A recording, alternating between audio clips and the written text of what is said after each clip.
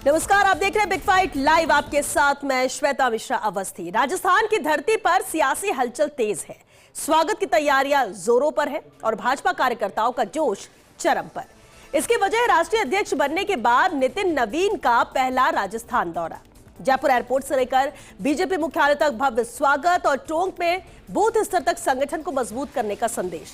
सिर्फ स्वागत नहीं बल्कि रणनीति भी बनेगी। एक साथ 7 जिला कार्यालयों की सौगात देंगे और प्रदेश कोर कमेटी की अहम बैठक लेंगे, जहां आगामी चुनावों और संगठन विस्तार पर मंथन होगा।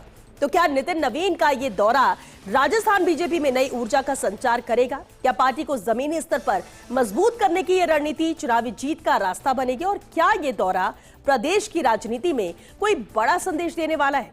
आज बात इसी खास मुद्दे पर।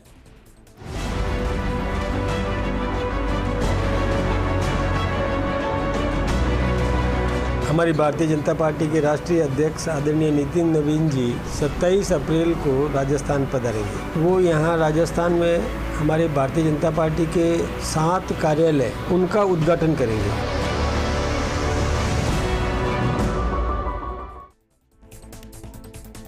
और चलिए इस खास मुद्दे पर चर्चा के लिए खास मेहमान हमारे साथ जुड़ चुके हैं, उनसे रूबरू करा देते हैं आपको। हमारे साथ चर्चा में मौजूद है बीजेपी से डॉक्टर निमिषा गौड़ जी। बहुत स्वागत है निमिषा जी आपका। हमारे साथ कांग्रेस से डॉक्टर प्रदीप चतुर्वेदी जी हैं। बहुत स्वागत है प्रदीप जी आपका। साथ ही राजनीतिक विश्लेषक सुभाष शर्मा जी भी मौजूद हैं। सुभाष जी आपका भी बहुत स्वागत है सर। खास मुद्दा है और मैं शुरुआत करना चाहूंगी निमिषा जी आपसे ही, क्योंकि बीजेपी के राष्ट्रीय अध्यक्ष आ रहे हैं और राष्ट्रीय अध्यक्ष बनने के बाद नितिन नवीन का ये पहला दौरा है। जिस तरह की तैयारियां की जा रही है, लग रहा है कि भव्य रोड शो या भव्य स्वागत उनका रहेगा कि अध्यक्ष बनने के बाद जब पहला राजस्थान दौरा है। लेकिन जानना आपसे चाहेंगे मुख्य उद्देश्य क्या है? क्या संगठन पहले के उद्देश्य के मद्देनजर नितिन नवीन आएंगे या कुछ और हमें बदलाव या और ज्यादा मजबूती संगठन में देखने को मिल सकती है बीजेपी के अंदर राजस्थान में? श्वेता जी, हमारे नवनियुक्त राष्ट्रीय अध्यक्ष जी पहली बार राजस्थान की तपोभूमि पर पधार रहे हैं। हम सभी कार्यकर्ता अभिनंदन, स्वागत और आतुर हैं उनके आवागमन के लिए। और भारतीय जनता पार्टी राजस्थान में मजबूती के साथ हमारे प्रदेशाध्यक्ष जी के नेतृत्व में कार्य कर रही है। सभी बूथ अध्यक्षों के सम्मेलन के साथ में हजारों हमारे बूथ अध्यक्ष आएंगे और जिस तरह से बूथ और मंडल और जिले स्तर पर भारतीय जनता पार्टी के पदाधिकारी और कार्यकर्ता भाजपा को सींच रहे हैं, क्योंकि मां भारती की सेवा को समर्पित भाजपा कार्यकर्ता लोकतांत्रिक पद्धति से चुने गए हमारे राष्ट्रीय अध्यक्ष के आवागमन का आतुरता से इंतजार कर रहे हैं। हर विधानसभा स्तर पर, मंडल स्तर पर उनका स्वागत होगा, अभिनंदन होगा। नारी शक्ति आतुर है उनके स्वागत अभिनंदन के लिए और भाजपा मजबूती के साथ अपने सभी पदाधिकारियों के साथ में लाखों सदस्यों के साथ में उत्साहित है हमारे राष्ट्रीय अध्यक्ष जी के लिए। और जयपुर से वो टोंक जाएंगे और टोंक के कार्यालय का, भाजपा कार्यालय का उद्घाटन करेंगे। उसके साथ में 6 भाजपा और कार्यालयों का वर्चुअल उद्घाटन करेंगे। तो ये राजस्थान के लिए एक नवाचार है और भाजपा, हम सभी कार्यकर्ता बहुत आतुरता से इंतजार भी कर रहे हैं। बिल्कुल, और बीजेपी के लिए तो ये खास होना भी चाहिए, राष्ट्रीय अध्यक्ष आ रहे हैं। प्रदीप चतुर्वेदी जी, प्रदीप जी अब देखिए बीजेपी के राष्ट्रीय अध्यक्ष हैं, वो आएंगे, बैठकें करेंगे, संगठन में और ज्यादा जोश भरने का काम करेंगे। लेकिन विपक्ष कांग्रेस इसे कैसे देखता है? क्योंकि जिस तरह से कहा जा रहा है कि जयपुर में एक तरह से शक्ति प्रदर्शन होगा, जिस तरह से उनका स्वागत किया जाएगा, जगह जगह पर रोड शो की बात कही जा रही है, कैसे इसे विपक्ष ले रहा है? देखिए, सवाल इस बात का है कि इनके राष्ट्रीय अध्यक्ष जो नवनियुक्त हुए हैं अभी और वो राजस्थान पहली बार आ रहे हैं, तो सबसे बड़ी सवाल यह है कि प्रदेश की जो संस्था है, जो इकाई है, उसने उनका स्तर पहले ही तय कर दिया है कि राष्ट्रीय स्तर का जो नेता है, जो पार्टी का अध्यक्ष है, जो पहली बार राजस्थान आ रहा है। ऐसे तो बहुत सारी समस्याएं, वो समस्याएं जो संगठन की समस्याएं, भाजपा की समस्याएं, उनका फोकस नहीं है, क्योंकि ये तय कर दिया गया है कि ऐसी समस्याओं का निराकार तो उसे मोदी शाही कर सकते हैं। इसलिए ऐसा कोई विषय नहीं उठाया गया जिसमें पार्टी मजबूत करने की बात हो, पार्टी को संगठित करने की बात हो, पार्टी की जो स्थितियां हैं, जो मनभेद हैं, जिस तरह के विरोध हैं, आपसी अंतर्कलह है, उसका कोई उनको एजेंडा नहीं दिया गया। उनको सिर्फ कार्यालय उद्घाटन करने, जो जिलों के कार्यालय होने हैं, उनका उद्घाटन करने तक सीमित कर दिया गया है। राजस्थान में भाजपा की अपनी बहुत समस्याएं हैं और कई समस्याएं जिनमें नेतृत्व संबंधी मुद्दे हैं, टिकट वितरण है, संगठन फैसले हैं और जिस तरह से नीतिगत असमंजस थी जो क्षेत्रीय नेतृत्व में है उसके बारे में इनका कोई वो एजेंडा नहीं है। तो क्या पार्टी का अध्यक्ष इन सभी मुद्दों को लेकर के जो वर्तमान में प्रदेश की भाजपा में है उनको संबोधित करने का कोई एजेंडा इसमें नहीं है। सिर्फ उनका कहां करेंगे? आपने कहा, इन्होंने कहा कि स्वागत करेंगे और कार्यालय को उद्घाटन करेंगे। इन्होंने किसी तरह का उल्लेख नहीं किया कि पार्टी में जो क्षेत्रीय मतभेद है, जिस तरह से पहली बार भजनलाल जी जो पहली बार के विधायक है उनको मुख्यमंत्री बना करके जो मतभेद नेतृत्व में हुए और जिस तरह से पार्टी में नेतृत्व को लेकर मतभेद है उसके बारे में कोई चर्चा नहीं है। पार्टी का राष्ट्रीय अध्यक्ष पहली बार राजस्थान आ रहा है, लेकिन इस तरह की समस्याओं को संबोधित करने का कोई एजेंडा इनका नहीं है। तो सिर्फ इनका स्वागत करना और उनको जिले से उनका उद्घाटन करा देना तक उनका रोल बहुत सीमित है। और ये हमको पता है कि नितिन का जो राष्ट्रीय स्तर पर जो उनका स्तर है वो भाजपा में मोदी शाह से बहुत नीचे है, इसलिए उनको बहुत कार्य क्षेत्र में सीमित कर यहाँ भेजा जा रहा है और सिर्फ कार्यकर्ताओं से मिलने की एक औपचारिकता निभाने का प्रयास है। कांग्रेस सेवा दल की बैठक तो 35 साल में एक बार अजमेर में हुई थी, उसमें भी कुर्सी। ठीक है निमिषा जी, हम तो अभी बीजेपी राष्ट्रीय अध्यक्ष के दौरे पर ही फोकस रखते हैं। ठीक है, सुभाष शर्मा जी हमारे साथ है, राजनीतिक विशेषज्ञ। सुभाष जी, देखिए हर एक दौरा, हर एक कहते हैं कि बयान, सब कुछ बहुत मायने रखता है राजनीति में। और जब बीजेपी के राष्ट्रीय अध्यक्ष पहली बार राजस्थान आ रहे हो तो ये उत्साहित होना बीजेपी के लिए लाजमी है।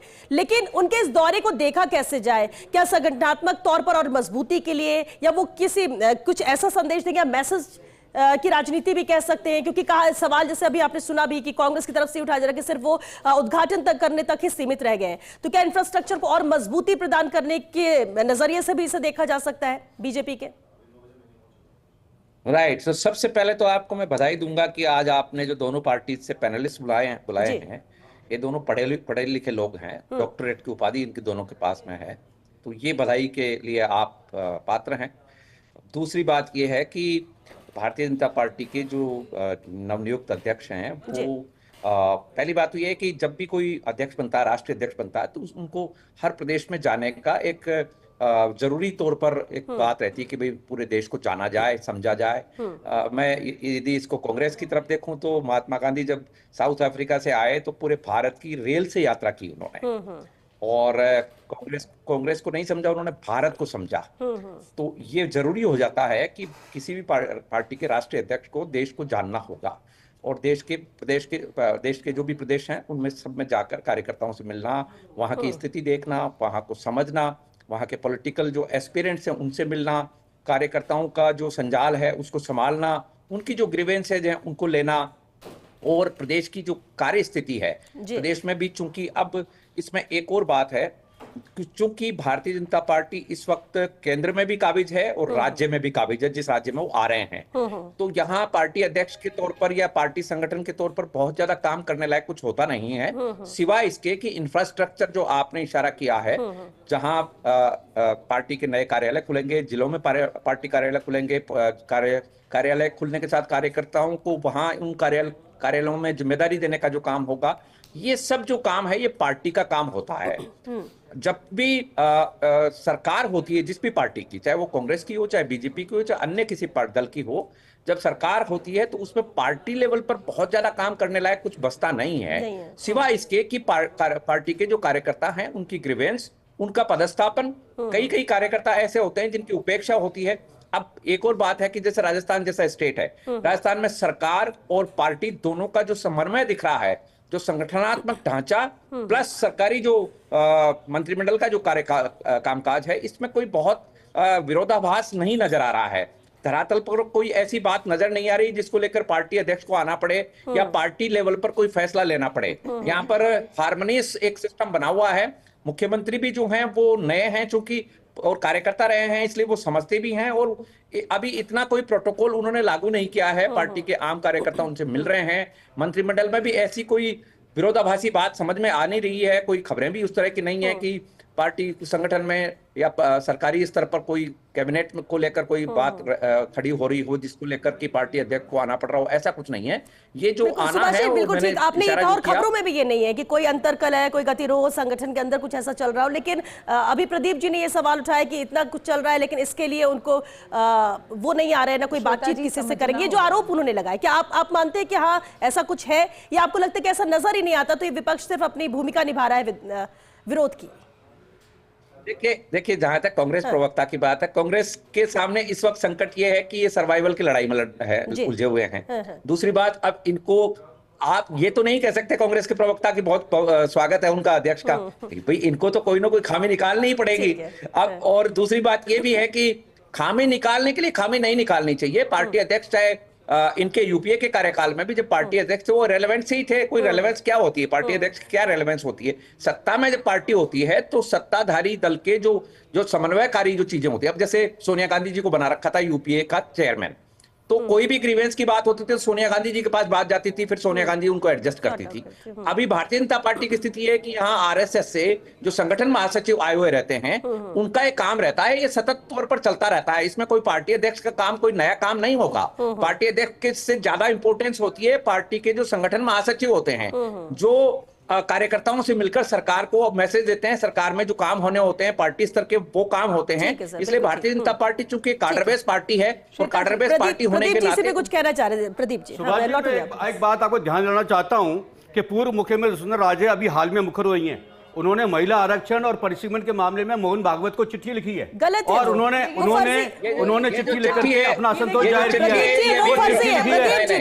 है। डोमेन में आप ये मना करने की बात क्या है? चिट्ठी तो लिखी गई है, चिट्ठी तो लिखी गई है, वो पब्लिक डोमेन में है, वो चिट्ठी है, वो चिट्ठी पब्लिक डोमेन में है।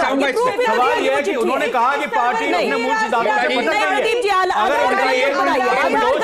तो पार्टी में इस बात को लेकर प्रदीप जी चिट्ठी तो लिखी गई है, ठीक है, सवाल है कि उन्होंने जवाब देते जाइए, मीडिया में लीक हो गई तो उन्होंने खंडन किया, लेकिन ये चिट्ठी लिखी गई को भी अपना प्रकोप बना लिया। ये कांग्रेस वो जो राष्ट्रीय राजनीति दल है उसकी हालत हो चुकी है। एआई पर निर्भर एक फेक न्यूज को लाइव डिबेट में ऑथेंटिक करने का कुत्सित प्रयास कर रहे हैं। देखिए श्वेता जी, ये भाजपा में ही संभव है कि एक सामान्य कार्यकर्ता से राष्ट्रीय अध्यक्ष तक पहुंचे। आज हमारे माननीय राष्ट्रीय अध्यक्ष जी राजस्थान पधार रहे हैं और वो सामान्य कार्यकर्ताओं से बातचीत भी करेंगे। ये भाजपा में ही संभव है। और कुछ राजनीतिक दल जैसे कांग्रेस है, कांग्रेस के अंदर आप देखिए कि राष्ट्रीय अध्यक्ष कुछ गांधी परिवार के गिने चुने लोगों से संवाद करते हैं, उस संवाद के आधार पर जो सामंजस्य से बैठे वो बैठे। और राजस्थान में तो इससे पूर्व की सरकार के हाल देखे थे आपने, किस तरह से नोटिस दिया और आपस में गठबंधन था इनका और इनकी कूटनीतियां फेल होती रही और सरकार 2 साल तक होटल में कैद रही। ये भाजपा है। भाजपा में लोकतांत्रिक पद्धति से चुने हुए हमारे राष्ट्रीय अध्यक्ष और हमने 3 से 240 तक का सफर तय किया। ठीक है, दोनों पार्टियों को देख रहे हैं, ठीक है, और दोनों के विचारधारा रणनीति सब अलग है। रिफाइनरी में आग लगी, मुख्यमंत्री क्या जल्दी से उद्घाटन कराने की, अगर उसका काम पूरा नहीं हुआ, प्रदीप जी मुद्दे में बात करिए सर। बड़े संयंत्र में ठीक है, वो अपनी जांच अलग हो रही है। सिर्फ इसलिए कि अपनी ख्याति प्राप्त करने के लिए प्रधानमंत्री को बुलाने के लिए पाकिस्तान के अंदर कांग्रेस का पूरा काम हुए बिना उनको बुलाने का जो प्रयास किया, यही दिक्कत हो रही है, यही दिक्कत जिससे बात करना है उससे बात नहीं करेंगे आप लोग। कौन है? मुख्यमंत्री जिन्होंने इसकी समस्या जिसको पूरी तरह से पूरा होने से पहले भेंट करने का जो काम किया उससे उनकी छवि धूमिल हुई है, प्रदेश की छवि धूमिल हुई है। चलिए बस ठीक है, प्रदीप जी आपने कह दिया जो कहना था। ठीक है, एक सेकंड रुकिए, सुभाष जी और इसका श्रेय लेने की जो कोशिश उन्हें भी बोलने दीजिए प्रदीप जी, बस यही बड़ी दिक्कत हो जाती है आप लोग की। मुद्दे पे आप लोग बात नहीं करेंगे और उसके बाद किसी को बोलने नहीं देंगे। नहीं ये मुद्दा है, नहीं ये मुद्दा है, ऐसे कोई भी मुद्दे पे आप कोई बात नहीं रख सकते। नहीं ये मुद्दा, नहीं ये मुद्दा, अभी डिबेट का मुद्दा ये नहीं है, अभी डिबेट का मुद्दा ये नहीं है, नहीं ये मुद्दा, नहीं ये मुद्दा। प्रधानमंत्री को प्रभावित करना बस ये है कि आप लोग को बस एक प्लेटफॉर्म मिल जाए, जो कहना होगा वो कहेंगे बैठ के यहाँ पर। नहीं रुकिए अब सुभाष जी उस वक्त आप बात रख रहे थे, मैंने आपको रोक दिया था जी।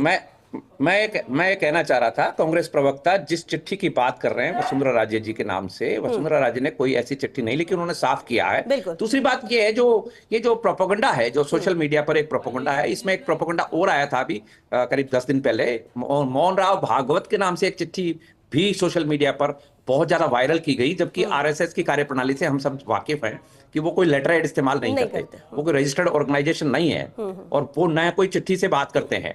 उसमें मोहन राव भागवत के sign plus letterhead RSS का, इस तरह के जो कुत्सित काम चल रहे हैं सोशल मीडिया के ऊपर, ये जो एआई द्वारा जो काम चल रहा है, इसको लेकर प्रवक्ताओं को भी एंडोर्समेंट नहीं करना चाहिए। ये दुर्भाग्यपूर्ण बातें हैं। कल को आपके भी पार्टी के अध्यक्ष हैं, आपके भी लोग हैं, उनका भी इसी तरह के काम होने चाहिए। जनता कहाँ विश्वास करेगी? जांच उसको लेकर हो रही है, जांच हो रही है, जांच हो रही है उसको लेकर। सरकार दोनों जगह सरकार भाजपा की है। अगर ऐसा है और किसी नहीं, एक मिनट और सुनिए,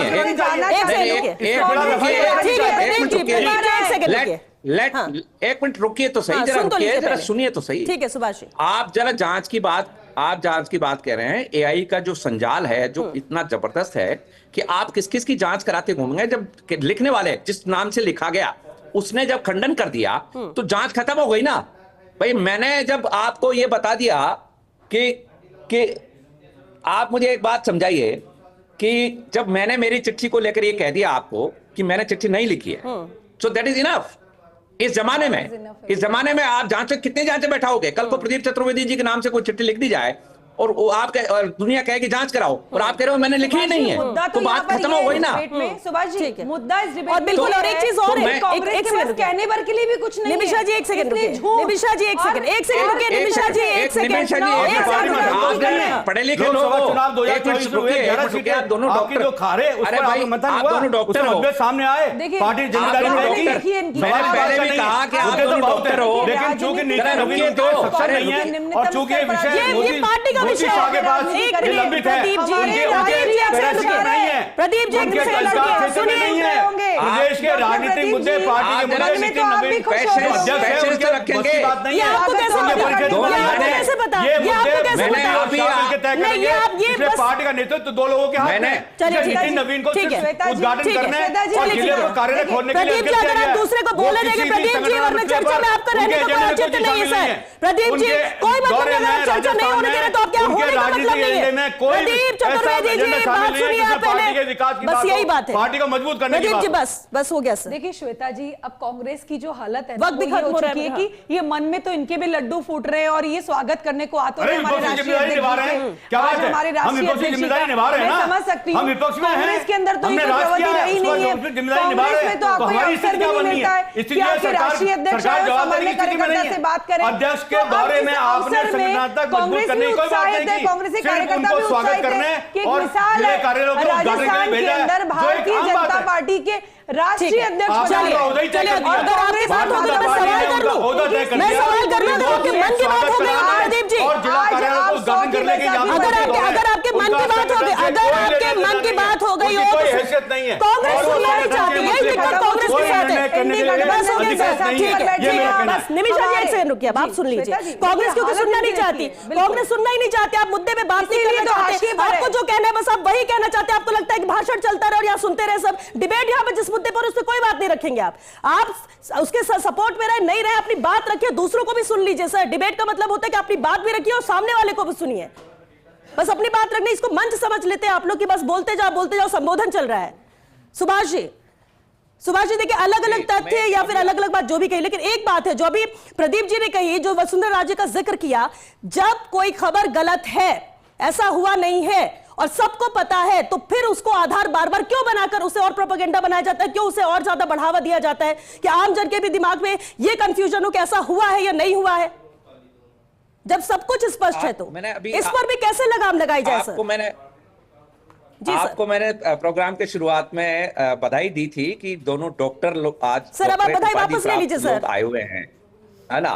तो ये बधाई आप सोचे, जनता सोचेगी इसके बारे में कि भाई मुद्दे विहीन बात करना, तो मुद्दा विहीन बात नहीं होनी चाहिए। बात यह है कि जब वसुंधरा राजे ने क्लियर कर दिया है, ये जिम्मेदारी केवल वसुंधरा राजे की है। वसुंधरा राजे यदि ऑन करती कि हाँ चिट्ठी मैंने लिखी है, तो फिर जांच का विषय था, आगे की बातें थी।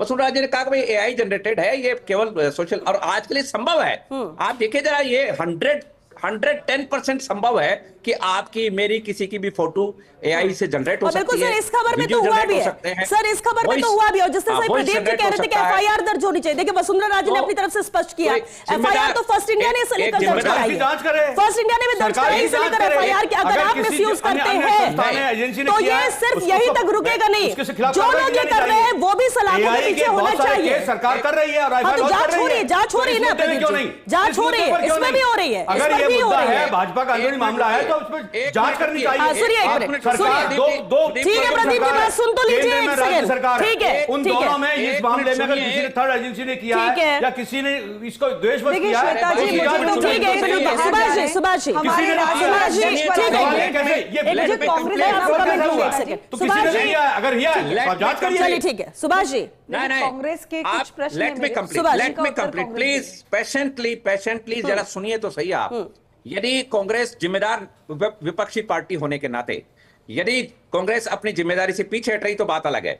एक जिम्मेदार विपक्षी पार्टी होने के नाते इस तरह की डिमांड इस जमाने में, इस एआई के जमाने में करना गैर जिम्मेदाराना बात हो जाएगी। क्योंकि कितनी जांच बैठाओगे आप, किस किस चिट्ठी के ऊपर जांच हमें बैठाओगे, सच्चाई जानने का हक किन किन है लोगों को सुभाष जी, हमको सच्चाई जानने का हक है। किस तरह की सच जांच तो अगर है कोई ना, मुद्दा सुनने है वाले तो नहीं है। होनी चाहिए, एक सच मैं भी पब्लिक जानना डोमेन में चाहती बात हूँ। क्लियर होनी चाहिए। श्वेता जी, इनसे सवाल इस पूछिए, बात का एक नहीं सच मैं भी है जानना अगर कोई बयान दिया गया मुझे अगर वो कांग्रेस झूठा का है, भाई सच्चाई बता सामने दे आनी चाहिए। आप किस कि तरह की सच्चाई जांच सामने आनी जैसलमेर चाहिए। स्पष्ट कर दिया है। अगर भ्रांति फैलाकर किसी तरह की बात की जाती है, जैसलमेर जमाने में का संभव है क्या? भ्रांतियां फैलाने वाले इस दूसरे जमाने में हैं। संभव है क्या? जांच कराकर भ्रांतियां फैलाने वाले दूसरे हैं। क्या बात है दूसरे इसमें? ठीक है, आज एक कांग्रेस सेकंड के रुकिए। अंदर निर्णय एक मुखी निमिषा होकर जी, के आप- गांधी परिवार आप- लेता है।